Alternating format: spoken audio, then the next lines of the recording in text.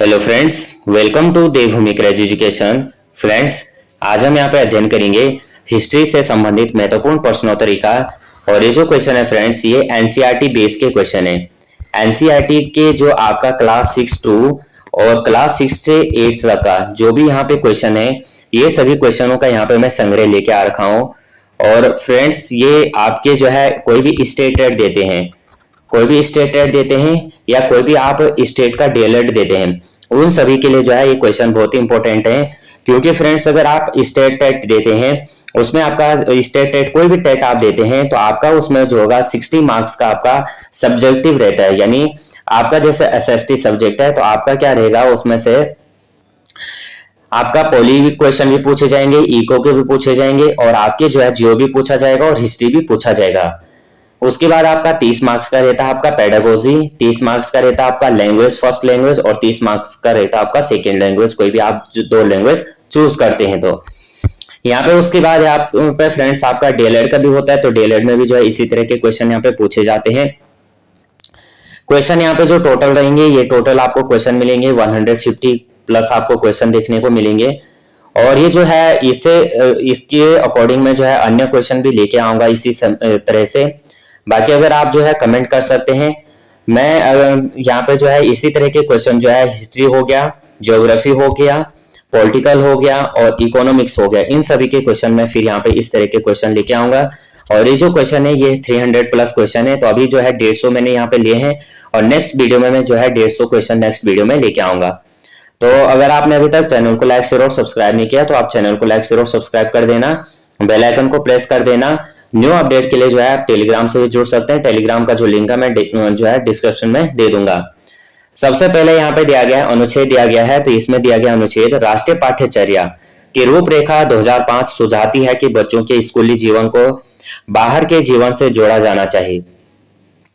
ये जो सिद्धांत है किताबों ज्ञान की उस विरासत के विपरीत है जिसके प्रभाववश हमारी व्यवस्था आज तक विद्यालय और घर के बीच अंतराल बनाए हुए है।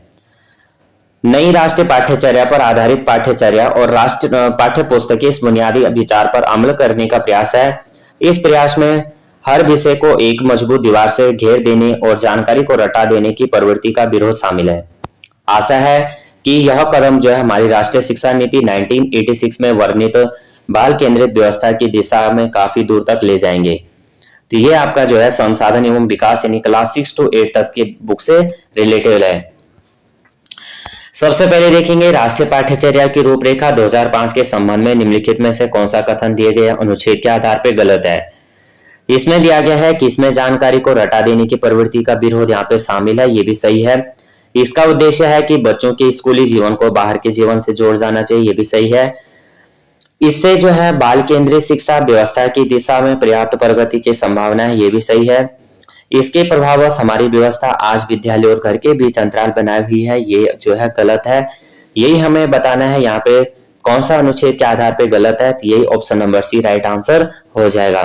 अगला क्वेश्चन देखेंगे, पाठ्यक्रम एवं पाठ्य पुस्तकों के संदर्भ में इस अनुच्छेद के आधार पर निम्नलिखित में से कौन सा सबसे बेहतर निष्कर्ष निकाला जा सकता है। क्वेश्चन नंबर 2 देखेंगे। सबसे पहले है पाठ्यक्रम एवं पाठ्य पुस्तकें ऐसी होनी चाहिए जो बाल केंद्रित हो, ये सही है। पाठ्य पुस्तकों में तथ्यों का संकलन रोचक तरीके से होना चाहिए, ये भी सही है। पाठ्य पुस्तकों की सहायता से बच्चों को स्कूली जीवन से जोड़ा जाना चाहिए, ये भी सही है। और पाठ्यक्रम ऐसा हो जिसमें विद्यालय एवं घर के बीच अंतराल बना रहे, ये भी सही है। लेकिन हमें यहाँ पे सुटेबल आंसर देना है। कौन से यहाँ पे सुटेबल आंसर लगता है, क्योंकि यहाँ पे तो हमें ऐसे अगर हम पेपर पढ़ते हैं तो सभी आंसर हमें जो है एक जैसे लगते हैं और यहाँ पे क्या हो जाता है, सही हमें सही लगते हैं। लेकिन सबसे जो सुटेबल आंसर है ऑप्शन नंबर ए राइट आंसर हो जाएगा। अगला यहाँ पे 3 से 4 के आंसर हमें देने हैं। यहाँ पे दैनिक समय सारणी लचीलापन उतना ही जरूरी है जितनी वार्षिक कैलेंडर के अमल में चुस्ती, जिससे जो है शिक्षण के लिए नियत दिनों की संख्या हकीकत बन सके। शिक्षण और मूल्यांकन की विधियां जो है इस बात को तय करेंगी कि पाठ्य पुस्तक विद्यालय में बच्चों के जीवन को मानसिक दबाव और बोरियत की जगह खुशी का अनुभव बनाने में कितनी प्रभावी सिद्ध होती हैं। बोझ की समस्या से निपटने के लिए पाठ्यक्रम निर्माताओं के विभिन्न चरणों में ज्ञान का पुनर्निर्धारण करते समय बच्चों के मनोविज्ञान एवं अध्यापन के लिए उपलब्ध समय का ध्यान रखने की पहले से अधिक सचेत कोशिश की है। इस कोशिश को और गहराने के यत्न से यह पाठ्य पुस्तक सोच, विचार और विस्मय, छोटे समूह में विचार विमर्श और ऐसी गतिविधियों को प्राथमिकता देती है जिन्हें करने के लिए व्यवहारिक अनुभवों का आवश्यकता होती है। यहाँ पे फ्रेंड्स आप देखेंगे ये जो अनुच्छेद पूछे गए हैं ये हमारे जो है स्टेट टेट कोई भी होता है या सी टेट होता है उसके अकॉर्डिंग ये क्वेश्चन पूछे गए हैं। इसी तरह से हमारे पास पद्यांश गद्यांश दिए जाते हैं, अनुच्छेद दिए जाते हैं और वहां से हमें आंसर करने होते हैं। दिए गए अनुच्छेद के आधार पर पाठ्य पुस्तक द्वारा विद्यालय में बच्चों के जीवन को मानसिक दबाव से मुक्त करने में निम्नलिखित में से किसका योगदान अपेक्षित है? तो 3 का यहाँ पे हमें बताना है, तो ऑप्शन सी राइट आंसर है। दैनिक समय सारणी में लचीलापन तथा शिक्षण एवं मूल्यांकन की शिक्षण विधियां। अगला क्वेश्चन है, दिए गए अनुच्छेद में जिस पाठ्य पुस्तक की चर्चा की गई है उसके बारे में निम्नलिखित में से कौन सा कथन असत्य है? क्वेश्चन नंबर 4 ये हो जाएगा, इस पाठ्य पुस्तक का निर्माण करते समय इस बात का ध्यान रखा गया कि अध्यापन के लिए उपलब्ध समय की अपेक्षा विषय के तथ्यों का अत्यधिक समावेशन पर जोर दिया जाए। 5वां और 6वां क्वेश्चन हमें अनुच्छेद पे करना है। यह हम जिस समाज में रहते हैं उसके परिवेश में हमें आदत पड़ जाती है। यह मान लेते हैं कि दुनिया हमेशा ऐसी ही हो रही है, हम भूल जाते हैं कि जीवन हमेशा वैसा नहीं था जैसा हमें आज दिखाई दे रहा है। उदाहरण के लिए क्या ऐसी दुनिया की कल्पना कर सकते हैं जो आग न हो? कैसा न रहा होगा एक ऐसी दुनिया में रहना जहां खेती बाड़ी का आविष्कार न हुआ हो? और यह जमाने की जिंदगी कैसी रही होगी जब लोग लंबी यात्राएं तो कर लेते थे लेकिन सड़कें नहीं थी, रेलगाड़ियां नहीं थी। इतिहास हमें इन अतीतों के बारे में ले जा सकते हैं। क्लास 6 अगर आपने एनसीईआरटी पढ़ा हो तो इससे रिलेटेड एक चैप्टर है। आपने देखा होगा कि कब क्यों कैसे कैसे क्या हुआ, कैसे लोग यहाँ पे परिवेश करते थे, कैसे यहाँ पे लोगों का जीवन यापन था, कौन से पालतू पशु थे, फिर यहाँ पे जो है कौन सी खेती की जाती थी, कहाँ लोगों ने रहना निवास किया, ये सभी चीजें हम यहाँ पे पढ़ते हैं। तो एनसीईआरटी हमारे लिए जो है बहुत ही बेनिफिशियल है जो भी अगर टीचिंग लाइन में जाना चाहता है। तो दिए गए या अन्य एग्जाम भी आप देते हैं तो उसके लिए भी बेनिफिशियल है। तो दिए गए अनुच्छेद के आधार पर निम्नलिखित में से कौन सा कथन असत्य है? क्वेश्चन नंबर 5 यहाँ पे देखेंगे तो दुनिया में वर्तमान में जैसी है हमेशा ऐसी ही रही है, क्योंकि हमें असत्य बताना है तो यही असत्य है। क्योंकि आपने देखा होगा कि दुनिया जैसी है वैसी नहीं है, पहले ऐसी नहीं थी। आपने पहले देखा होगा लोथल हो गया, मोहनजोदाड़ो हो गया, सिंधु सभ्यता आपने पढ़ा होगा, कालीबंगा आपने देखा होगा, अन्य भी आपने जो भी यहाँ पे देखा होगा हिस्ट्री से संबंधित जिन पे आज हम भर भर के क्वेश्चन हमें देखने को मिलते हैं। तो ये ऐसा नहीं था। फिर आपने देखा होगा फ्रेंड जितना डेवलप आज है उतना पहले नहीं था। आज देखा होगा पहाड़ों में तो क्या है रेलगाड़ियां चलने लगी हैं, लेकिन पहले ऐसा कुछ भी नहीं था, इतना डेवलप नहीं था। यहाँ पे बाकी हम जिस समाज में रहते हैं उसका परिवेश हमें आदत पड़ जाती है। सही बात है भाई, जैसे जहाँ पे हम रहते हैं वैसे हम बन जाते हैं, वैसे हमें आदत दिखने लग जाती है। जीवन हमेशा वैसा नहीं था, ये भी बात सही है। और इतिहास हमें अतीत की घटनाओं के बारे में बताता है, ये भी हमें सही है। दिए गए अनुच्छेद के द्वारा लेखक क्या बताना चाहता है? लेखक बताना चाहता है कि हमें इतिहास में क्यों पढ़ना चाहिए। यही तो बताना चाहता है कि हमें इतिहास क्यों पढ़ना चाहिए। जिस काल का कोई लिखित विवरण उपलब्ध नहीं है उसे क्या कहा जाता है? क्वेश्चन नंबर 7 ऑप्शन नंबर क्या हो जाएगा? ये हो जाएगा प्रागैतिहासिक काल कहते हैं। आदि मानव ने सर्वप्रथम किस पशु को पालतू बनाया? किस पशु को बनाया था? कुत्ते को बनाया था। आपने देखा होगा कुत्ते को ही जो सबसे पहले पालतू बनाया गया था। आधुनिक होमोसेपियंस मानव का उद्भव किस काल में हुआ? क्वेश्चन नंबर 9 तो क्या हो जाएगा right answer? Option number C हो जाएगा उच्च पुरापाषाण। मानव ने आग का प्रयोग किस काल में प्रारंभ किया था? Question number 10 option number B में किया था नवपाषाण काल में। अगला क्वेश्चन यहाँ पे फ्रेंड्स जो है क्वेश्चन ज्यादा है इसलिए मैं जो राइट आंसर है उसी को यहाँ पे लेके यहाँ पे चलूंगा। मानव ने सर्वप्रथम किस धातु का प्रयोग किया था? तो 11 का राइट आंसर है ऑप्शन नंबर सी तांबा। प्रागैतिहासिक काल के अंतर्गत किन संस्कृतियों को रखा जाता था? 12 का राइट आंसर है ऑप्शन नंबर सी पाषाण। मानव द्वारा उपयोग में लाई गई पहली फसल थी कौन सी थी भाई? 13 का राइट आंसर है ऑप्शन नंबर सी गेहूं। मानव खाद्य पदार्थों का उत्पादक एवं उपभोक्ता काल बना कब बना था? 14 का राइट आंसर है ऑप्शन नंबर सी नवपाषाण काल। निम्न में से कौन पुरातत्वविद या पुरातत्ववेदा हड़प्पा के उत्खनन से संबंधित है? क्वेश्चन नंबर 15 ऑप्शन नंबर ए हो जाएगा दयाराम साहनी 1921। सिंधु घाटी सभ्यता मानव इतिहास के किस काल से संबंधित है? Question number 16 option number B हो जाएगा आद्य ऐतिहासिक काल। हड़प्पा के स्थलों में कांस्य नर्तकी की मूर्ति कहां से प्राप्त हुई है? क्वेश्चन नंबर 17 यहाँ पे right answer option number D हो जाएगा मोहनजोदाड़ो। निम्न में से कौन सा कथन यहाँ पे असत्य है ये हमें बताना है।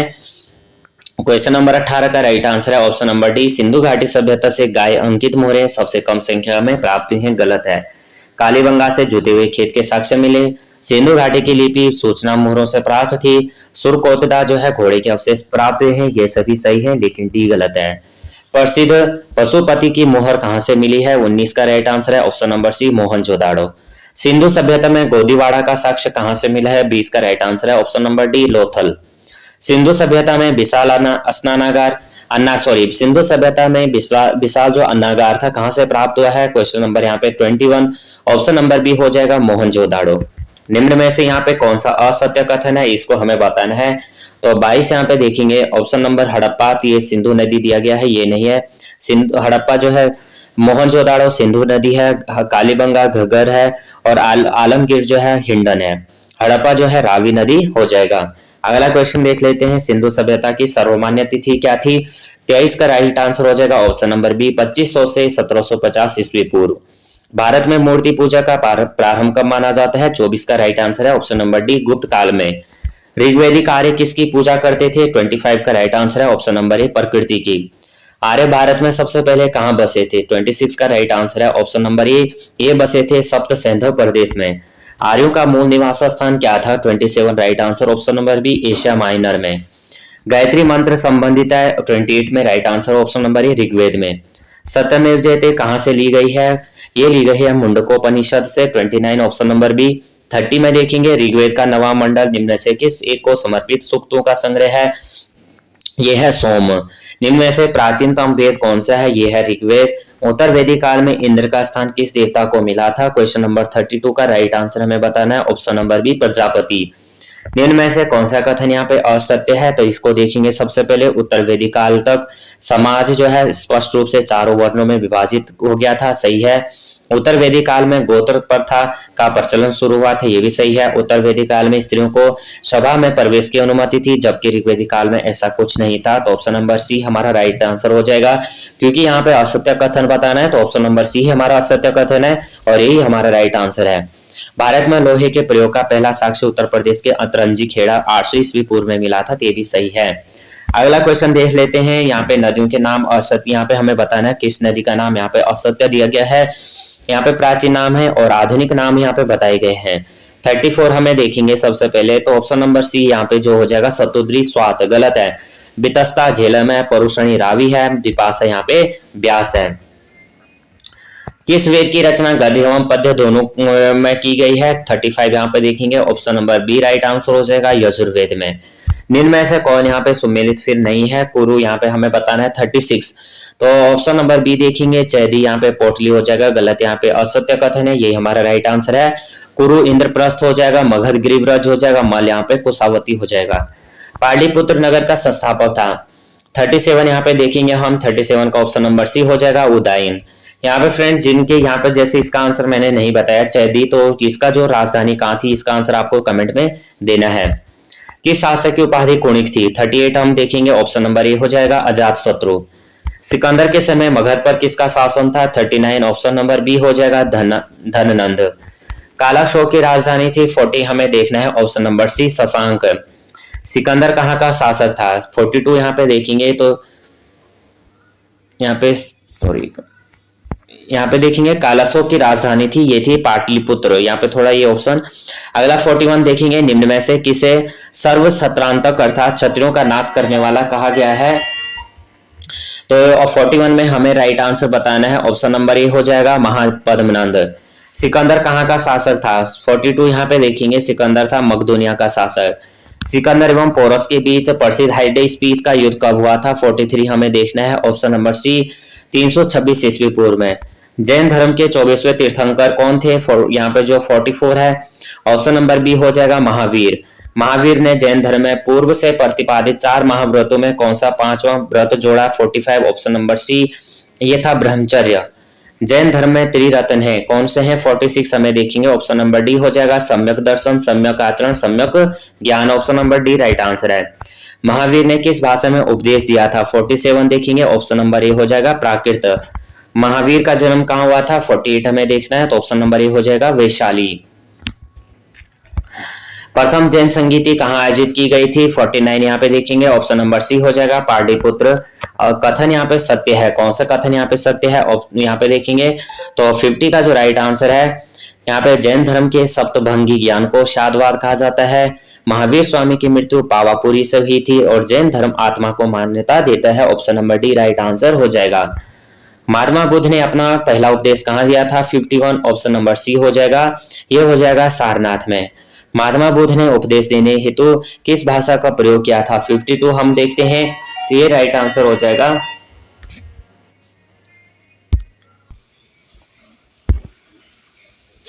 अगला 51 है, महात्मा बुद्ध ने अपना उपदेश कहाँ दिया था? ये था सारनाथ में। अगला क्वेश्चन देखेंगे हम यहाँ पे 51। अगला है 52, महात्मा बुद्ध ने उपदेश देने हेतु किस भाषा का प्रयोग किया था? 52 ऑप्शन नंबर ए क्या था? पाली। बौद्ध धर्म के त्रिरत्न है, कौन कौन से हैं? बुद्ध हो गया, धम्म हो गया, संघ हो गया, D option number right answer हो जाएगा। अगला क्वेश्चन है, निम्नलिखित में से किसके शासनकाल में बौद्ध धर्म दो भागों में हीनयान तथा महायान में बंट गया था? 54 का राइट आंसर हो जाएगा, ऑप्शन नंबर सी हो जाएगा कनिष्क। महात्मा बुद्ध द्वारा दिए गए प्रथम उपदेश को कहा जाता था? 55 है, तो ऑप्शन नंबर सी हो जाएगा धर्म चक्र परिवर्तन। अगला देखेंगे यहाँ पे कौन सा सुमेलित यहाँ पे नहीं है, तो 56 हमें देखना है। 56 हो जाएगा यहाँ पे डी। प्रथम जो था अजातशत्रु, द्वितीय कालाशोक, तृतीय अशोक था, चतुर्थ यहाँ पे हर्षवर्धन। तो यहाँ पे जो डी है वो गलत हो जाएगा। बुद्ध के सर्वप्रिय शिष्य कौन थे? 57 देखेंगे तो ये थे आनंद। चंद्रगुप्त मौर्य का प्रधानमंत्री कौन था? 58 का राइट आंसर हो जाएगा, ऑप्शन नंबर ए हो जाएगा विष्णुगुप्त। चंद्रगुप्त मौर्य ने अपना अंतिम समय कहाँ बिताया था? 59 देखेंगे, ऑप्शन नंबर बी हो जाएगा श्रवण बेलगोला में। मेगास्थनीज किसका राजदूत था? तो यहाँ पे 60 का राइट आंसर हो जाएगा, सी हो जाएगा सेल्यूकस का। चंद्रगुप्त मौर्य ने अपने अंतिम दिनों में किस धर्म का अनुयायी बन गया था? फिर 61 देखेंगे, ये थे ऑप्शन नंबर डी जैन। निम्नलिखित में से कौन सा कथन यहाँ पे सत्य है? चाणक्य का दूसरा नाम विष्णुगुप्त या कौटिल्य था। चंद्रगुप्त ने नंद शासक घननंद को हराकर मौर्य साम्राज्य की स्थापना की। चंद्रगुप्त ने सुदर्शन झील सौराष्ट्र में का निर्माण कर रहा था। 62 अगर हम देखते हैं तो right answer option number D हो जाएगा, ये सभी सही है। अर्थशास्त्र किसकी रचना है? 63 अगर हम देखते हैं तो ऑप्शन नंबर ए हो जाएगा कौटिल्य। अशोक ने कलिंग पर कब आक्रमण किया था? 64 अगर हम देखते हैं तो ऑप्शन नंबर बी हो जाएगा 261 ईसा पूर्व। इंडिका किसकी रचना है? यहाँ पे 65 इंडिका हो जाएगी मेगास्थनीज की। बौद्ध धर्म के प्रचार के लिए अशोक ने किसे श्रीलंका भेजा था? 66 अगर हम यहाँ पे 66 देखते हैं, ऑप्शन नंबर डी हो जाएगा महेंद्र और संघमित्रा को। अशोक के शिलालेखों की खोज सर्वप्रथम किसने की थी? ये की थी जेम्स प्रिंसेप ने।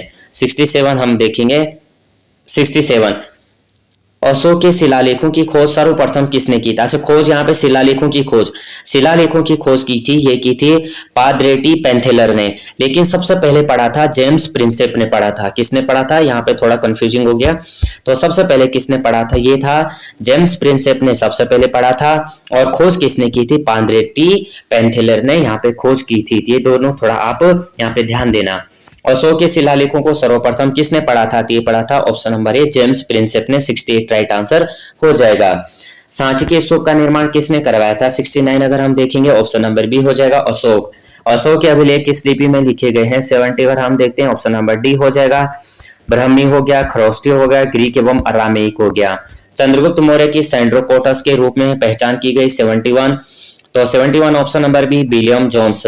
अशोक के किस शिलालेख में उसकी कलिंग विजय का उल्लेख मिलता है? 72 अगर हम देखते हैं, ऑप्शन नंबर ए हो जाएगा 13वें। मौर्य काल के गुप्तचरों को क्या कहा जाता था? 73 अगर हम देखते हैं तो ऑप्शन नंबर बी हो जाएगा गूढ़ पुरुष। मेगास्थनीज के अनुसार भारतीय समाज कितने भागों में विभक्त था? 74 अगर हम देखते हैं, ऑप्शन नंबर बी हो जाएगा 7। चंद्रगुप्त मौर्य के महल के अवशेष कहां से मिले हैं? 75 ऑप्शन नंबर ए हो जाएगा कुम्हारपटना। अशोक के धम्म की परिभाषा कहां से ली गई है? 76 अगर हम देखेंगे, ऑप्शन नंबर सी हो जाएगा राहुलोवाद सुत। मौर्य काल में प्रचलित विष्टि था। 77 अगर हम देखते हैं, ऑप्शन नंबर डी हो जाएगा निःशुल्क श्रम। भारत में सर्वप्रथम सोने के सिक्के किसने चलाए थे? 78 ऑप्शन नंबर बी हो जाएगा इंडो ग्रीक। शीशे के सिक्के किस वंश के शासकों ने चलाए थे? 79 ऑप्शन नंबर सी हो जाएगा सातवाहन। ब्राह्मणों को सर्वप्रथम भूमि अनुदान देने की प्रथा किनके समय में प्रारंभ हुई थी? 80 का राइट आंसर हो जाएगा ऑप्शन नंबर बी, ये हो जाएगा सातवाहन। अगला देखेंगे 81 का देखेंगे, रुद्रदामन कौन था? 81 तो ये था एक शक शासक। 82 का कनिष्क का राजवेद था। 82 अगर हम देखते हैं तो ये हो जाएगा ए हो जाएगा, कौन था? चरक हो जाएगा। कनिष्क बौद्ध धर्म की किस शाखा का अनुयायी था? 83 अगर हम देखते हैं ऑप्शन नंबर बी, ये हो जाएगा महायान।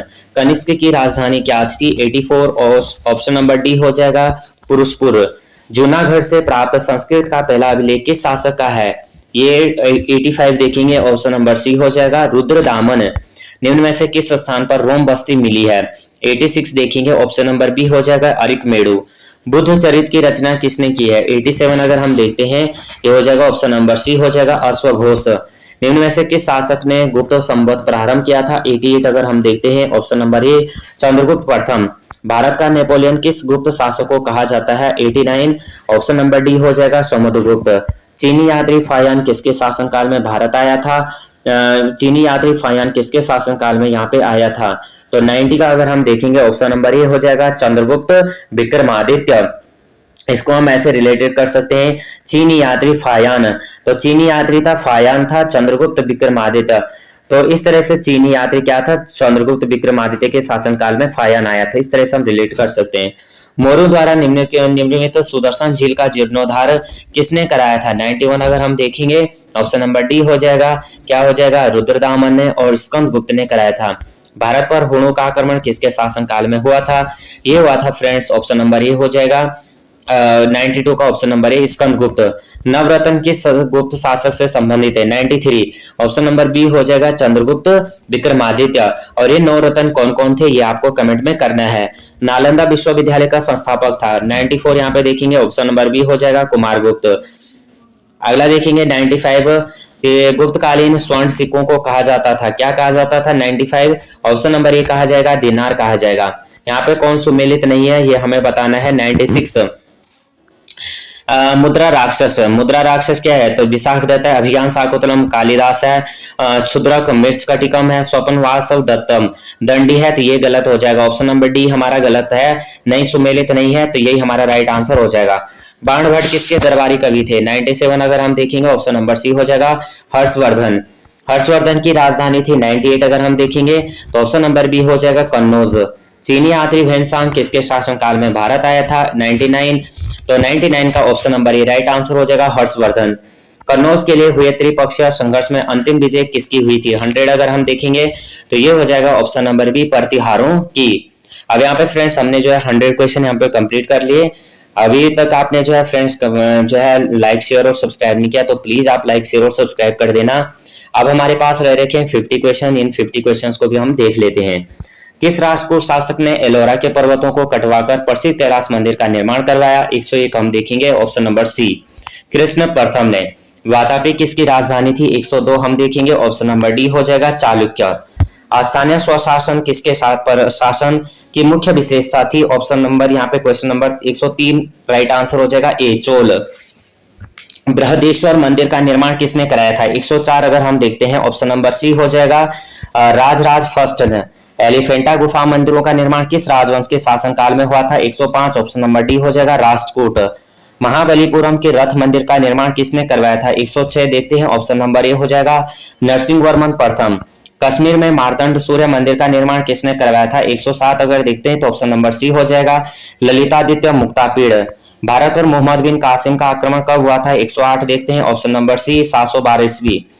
सोमनाथ मंदिर को किस मुस्लिम आक्रमणकारी ने लूटा था? 109 देखेंगे ऑप्शन नंबर क्या हो जाएगा ए बी हो जाएगा, किसने? मोहम्मद गजनवी ने। निम्न में से किसे शाहनामा के रचयिता कौन है? 110 ऑप्शन नंबर डी हो जाएगा फिरदौसी। मोहम्मद गौरी ने 1192 ईस्वी में हुए तराइन के द्वितीय युद्ध में किस शासक को पराजित किया था? 111 अगर हम देखते हैं तो ऑप्शन नंबर सी है पृथ्वीराज चौहान। लाख वक्स किसे कहा जाता था? तो 112 अगर हम देखेंगे ऑप्शन नंबर ए हो जाएगा कुतुबुद्दीन ऐबक को लाख वक्स कहा जाता था। कुतुब मीनार का निर्माण किसने पूर्ण करवाया था? 113 अगर हम देखेंगे ऑप्शन नंबर बी इल्तुतमिश ने।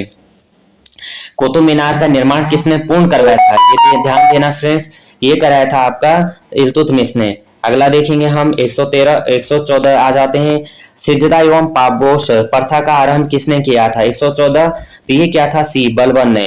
निम्न में से किस शासक ने लौह एवं रक्त की नीति का पालन किया था? 115 ऑप्शन नंबर बी हो जाएगा बलबन।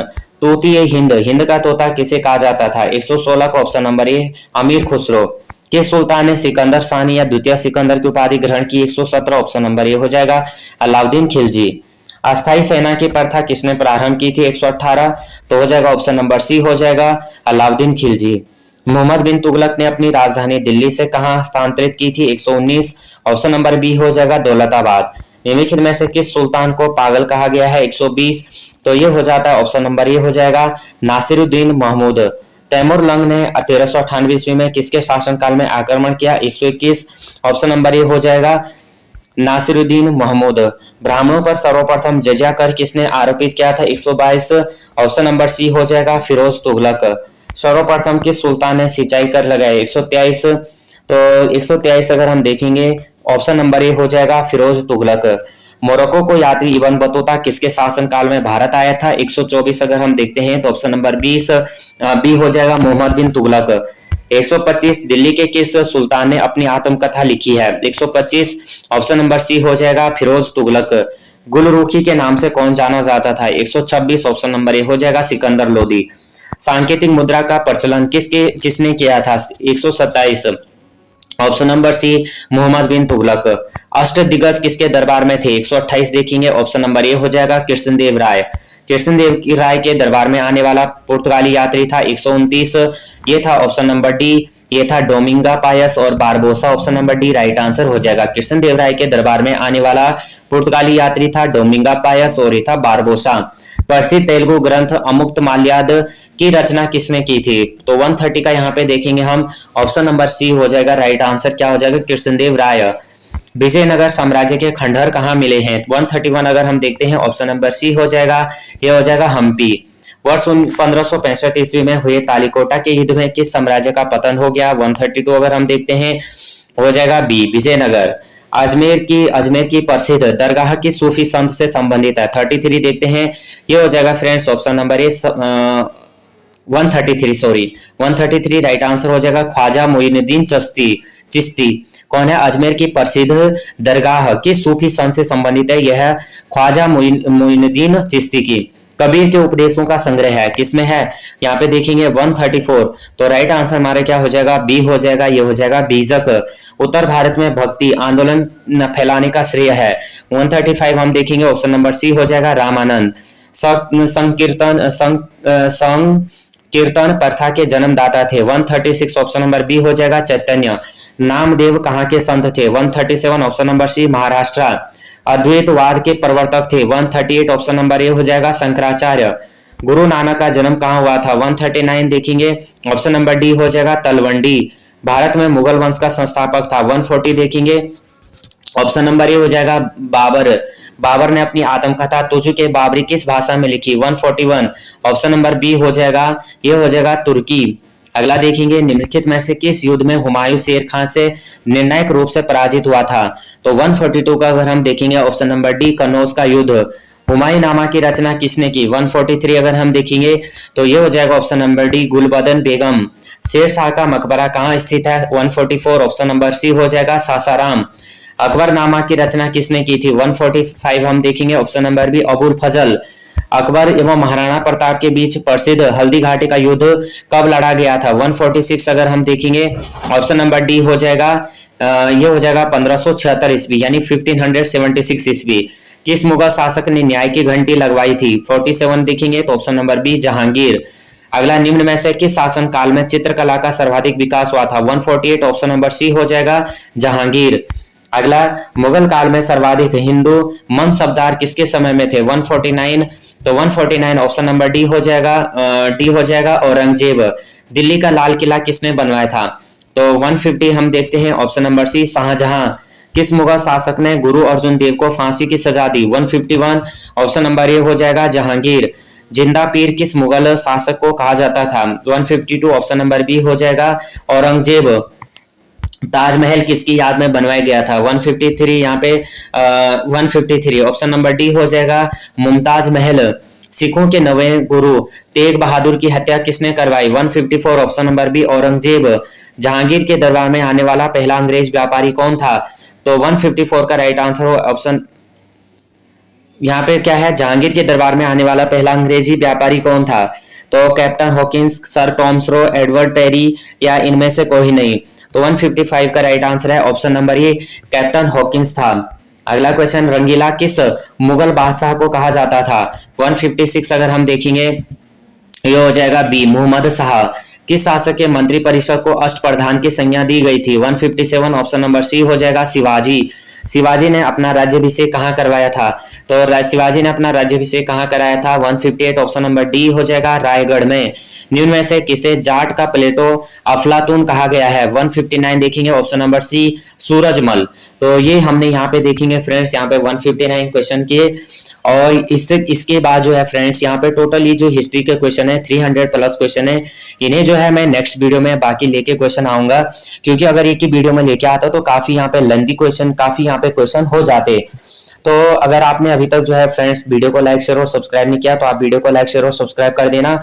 बाकी फ्रेंड्स जो है, अगर आप हिस्ट्री के क्वेश्चन जो है, ज्योग्राफी के क्वेश्चन इसी तरह के चाहते हैं, या आप जो है राजनीति विज्ञान हो गया, या फिर आपका जो है उसके बाद इकोनॉमिक्स के क्वेश्चन हो गए, अगर आप ये चाहते हैं, ये वीडियो जो है आप देखना चाहते हैं, तो आप जो है लाइक शेयर करना और कमेंट करना कि आप जो है